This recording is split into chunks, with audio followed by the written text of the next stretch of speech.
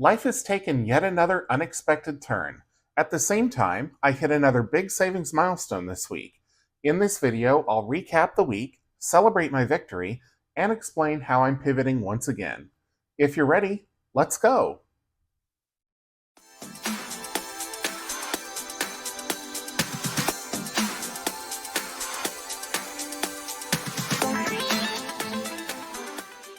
Welcome back to Ready Budget Go. My name is Drew, and around here we talk about household budgeting, saving money, and achieving our financial goals. So if any of those sound like something that you vibe with, please consider subscribing, hit the like button, and leave me a comment down below, because I'd love to hear from you. So this week, my budget update is going to be different in a number of different ways, and it's going to be kind of chatty up front because I want to talk about how life has changed yet again. So what happened this week is at my 9 to 5 job, my boss left the company. He was the head of the company, so things are going to change profoundly for me at work. And part of the reason why is that my previous boss liked for everyone to be in the office at least 3 days a week, which was rough on me. I had a very long commute. I was not willing to live in the city where my company is located, just for several reasons. But all those reasons notwithstanding, the point is that I was commuting every day to the office, and it takes me about 3 hours round trip each day. I take transit.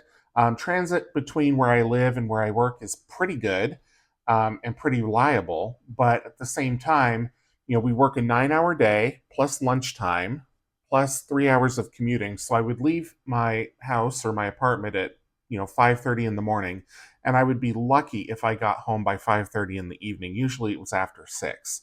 So that was rough, and I had floated a number of times working from home full time, and my boss just wasn't going for it, even though other people in the company were full remote. So, um, I've been talking about one of my goals is a big move to another state, and it was like, okay, gonna need a new job.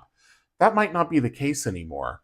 The person who is taking over, at least on an interim basis, is very remote work friendly. He himself is remote. He lives on the East Coast, whereas I'm on the West Coast.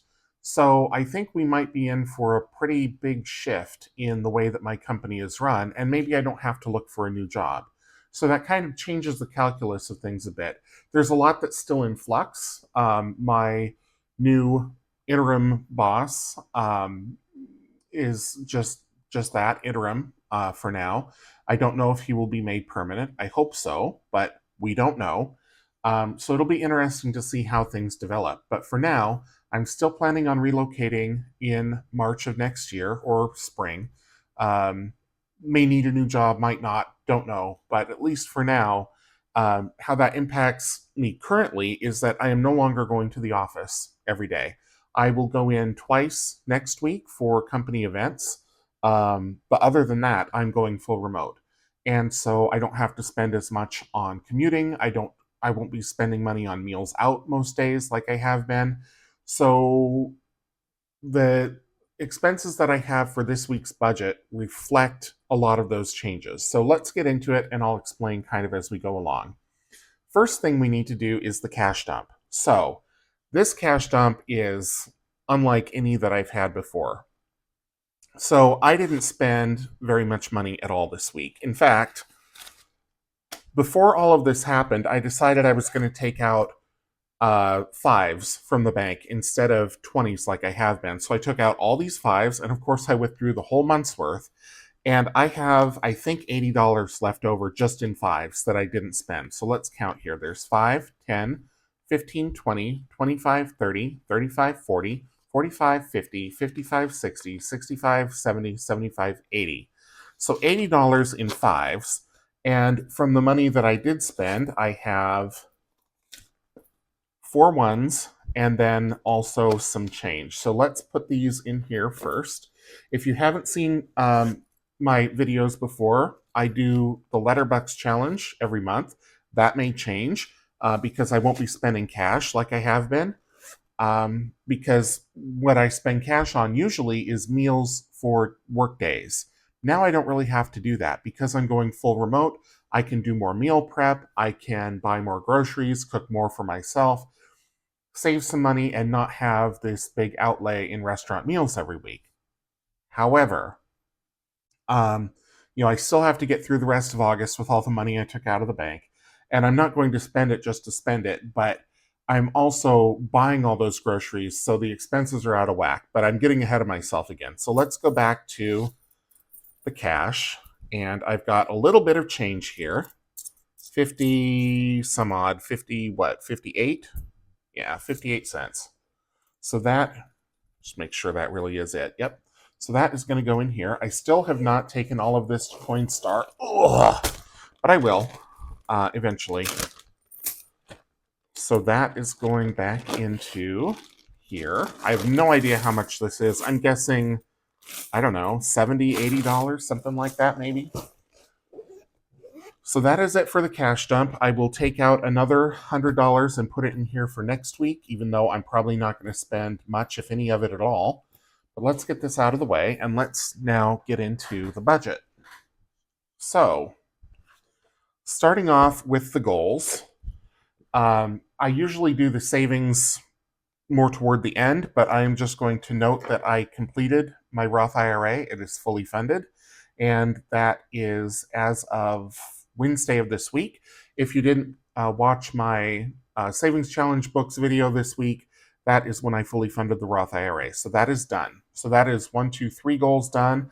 The next goal is the big move. I don't know if I'll hit $15,000 by the end of the year, but it's what I'm going to work toward. In fact, I probably won't hit 15,000 by the end of the year. That's a lot to save in just 4 months and change. So, okay. Now, in here, I can fill in some of this. I am recording this on Thursday night. My paycheck won't be deposited until just after midnight, but I know how much it's going to be, and that amount is $3,714. So significantly over what I was expecting.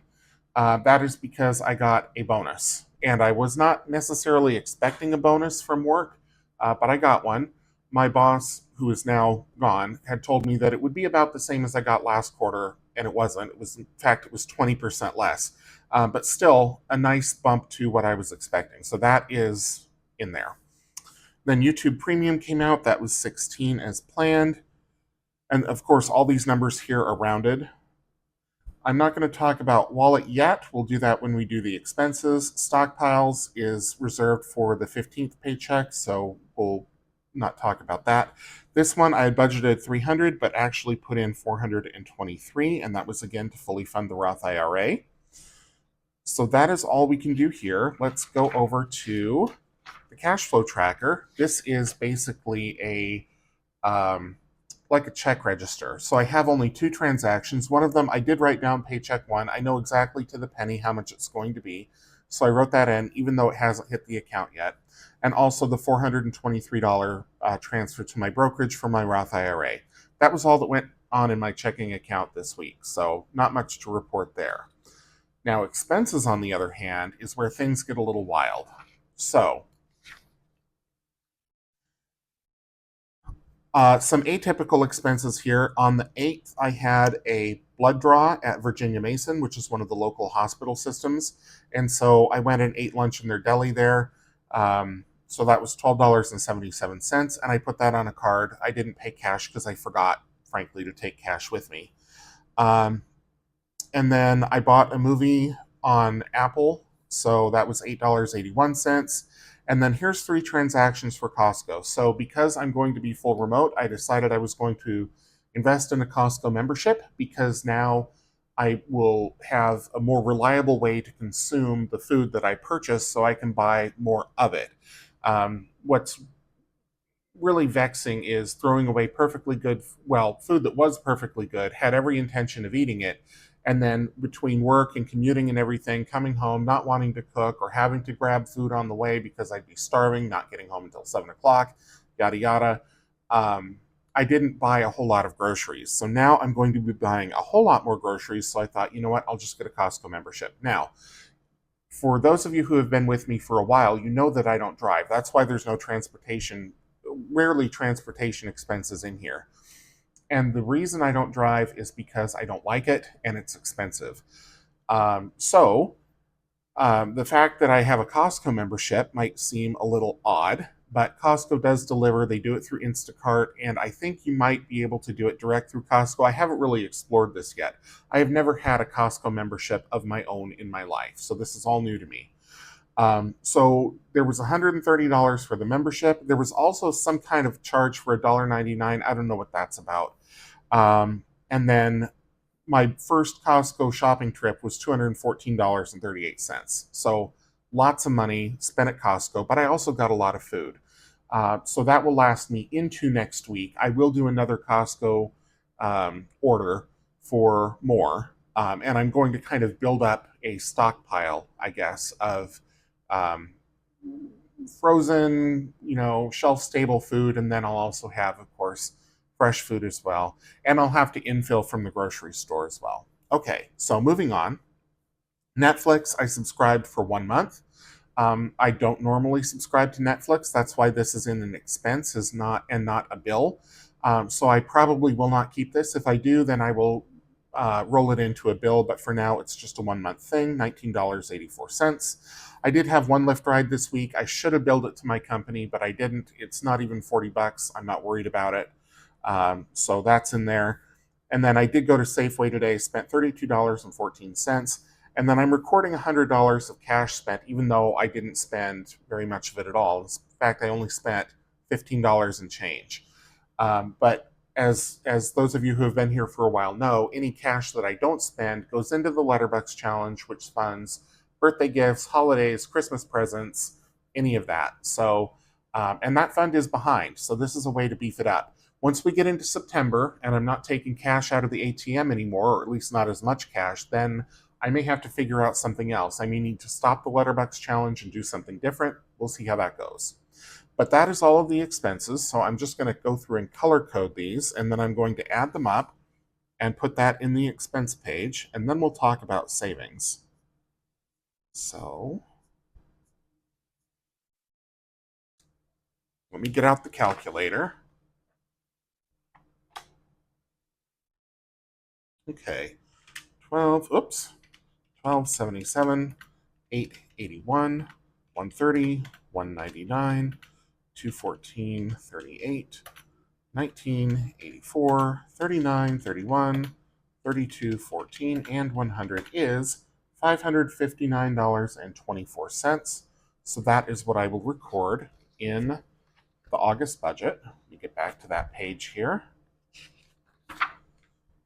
So 559.24. So luckily I was way under last week, but of course I spent almost double what I'd allocated this week.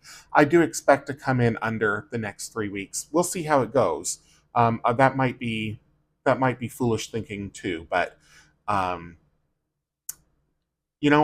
hopeful. And even if I can't recover this overage, I've got the from underspending the rest of the month. I've got the bonus that I didn't have budgeted, so that will absorb all of that. Okay, so next, let's talk about savings. And you know what? I don't have my stamp ready, but I see where it is. But I do need to get out a fully funded sticker, so let me do that, and then we'll talk about the Roth IRA.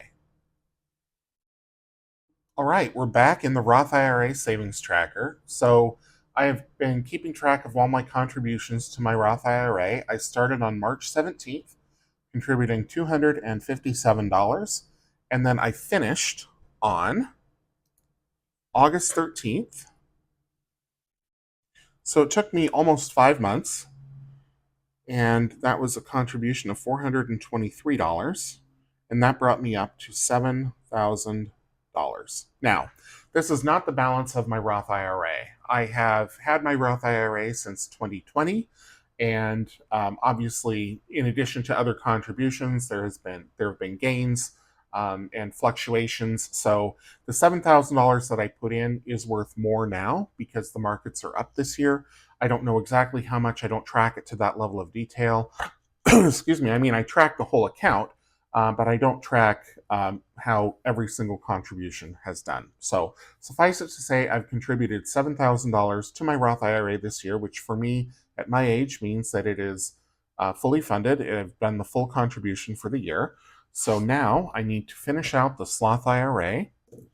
So there's 5 spaces left. So I had 400 and then a little more to get me to the full 5,000. I will be making another one of these for 2026, but I haven't done that just yet because we don't know what the maximum contributions are for 2026. This is available on my Etsy shop if you'd still like it, and it's a digital download, and there's 2 versions. There's this one, which is $7,000 for people ages 49 and younger, and there's one that's $8,000 for people who are age 50 plus, because if you are 50 or over, you can make catch-up contributions for an additional $1,000 a year. All right, so now that this is fully stamped, I need a fully funded sticker. These are also available on my Etsy. They are professionally printed, matte finished, and I am going to stick this right here. So, hooray! Fully funded Roth IRA feels good. So that is the last time that I'm going to show this for a while, at least. Probably not until I do my end of year recap, because I won't be making any more contributions. But I do have one other piece of business to cover in the savings section, and that is my subscriber count.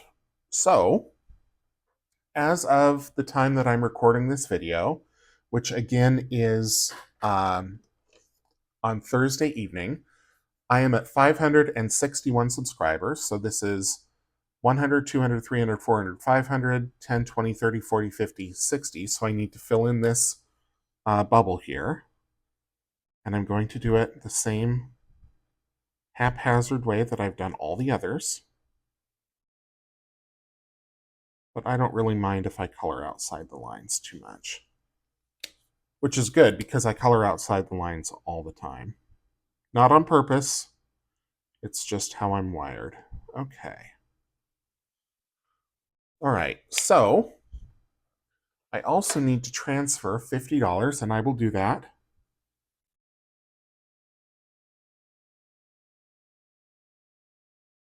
Into the big move. So that will put us at $2,800. And that is well on my way to saving the $15,000 that I need for the big move. So that is all that I have for this week. Like I say, quite a big week.